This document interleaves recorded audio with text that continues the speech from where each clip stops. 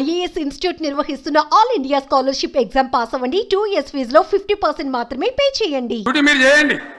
మేము బీఆర్ఎస్ ఎప్పుడు శాసనాన్ని ఉల్లంఘించం, చట్టాలను ఉల్లంఘించం.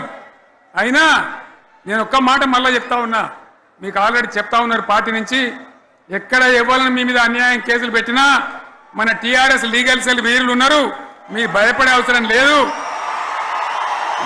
న్యాయస్థానాలని అక్కడ పోరాటం చేద్దాం. మీకు అండగా కేసీఆర్ ఉంటాడు, బీఆర్ఎస్ ఉంటుంది, అందరం ఉంటాం. ఇక ఈడికెళ్ళి నేను కూడా ఊకోను, నేను బయలుదేరతా. యాందాకైనా మంచిదే. ఎవరెవరి సంగతి ఏందో, ఎవరైనా లెక్కేందో అన్ని కూడా లెక్కలు తీద్దామని మనవి చేస్తా ఉన్నా. ఈ రకంగా మనం ముందుకు పోవాలి. ఒక్క మాటలను ఉన్నదా? ఇవాళ ఈ ప్రభుత్వం, ఈ కాంగ్రెస్ నయవంచక ప్రభుత్వం సంక్షేమంలో ఫెయిల్, మంచినీళ్ళలో ఫెయిల్, పొలాలకు నీళ్ళు ఇవ్వడంలో సాగునీళ్ళలో ఫెయిల్, కరెంటు సరఫరాలో ఫెయిల్, రైతు బంధులో ఫెయిల్, విత్తనాలు ఎరువులు సరఫరాలో ఫెయిలేనా? ధాన్యం కొనుగోళ్లలో ఫెయిల్, పల్లెలు పట్టణాల అభివృద్ధిలో ఫెయిల్, భూముల ధరలు పెంచడంలో ఫెయిల్. మరి దేంట్లో పాస్ అయిండు? ఎటుపడితే అటు ఒర్రుడు, దేవుళ్ళ మీద ఒట్లు పెట్టుడు, అబద్ధ వాగ్దానాలు చేసుడు.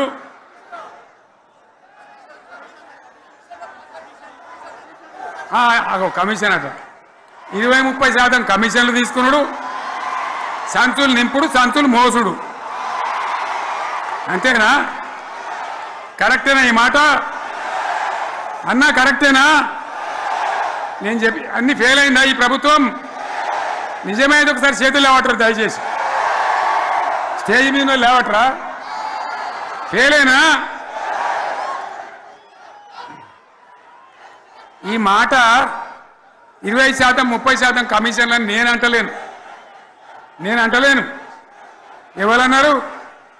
స్వయంగా ఆర్థిక మంత్రి చాంబర్కు పోయి 200 మంది కాంట్రాక్టర్లు వాళ్ళు లొల్లిపెట్టి మమ్మల్ని 20-30% కమిషన్ అడుగుతుండ్రు, ఇది ఏమన్యాయం అని చెప్పి సెక్రటేరియట్లో చెప్పిన మాట నేను చెప్తా ఉన్నా. ఈ విధంగా మాజీ సర్పంచులు పాపం వాళ్ళు పనిచేసిన మా బిల్లులు ఇవ్వమనంటే వాళ్ళ గోస ఉంచుకుంటా ఉన్నారు. వాళ్ళేం పాపం చేసిండ్రు? ఈ విధంగా ఘోరం. ఇంకా ఈ అందానికి ఏం మాట్లాడతారు? కేసీఆర్ నువ్వు రా అసెంబ్లీకి, నీ కాయగూరకుడు ముచ్చట తింటానికా? పిల్లలు అడిగితేనే మీకు జవాబు చెప్తలేరు. ఉన్నట్టు నిలబెడితే ఆ ఆర్థిక మంత్రి అసెంబ్లీలో లేచి 20% కమిషన్ తీసుకుంటానికి కేటీఆర్ మాట్లాడితే ఆయన లేచి భుజాలు తడుముకుంటాడు. నీకెందుకయ్యా బాధ?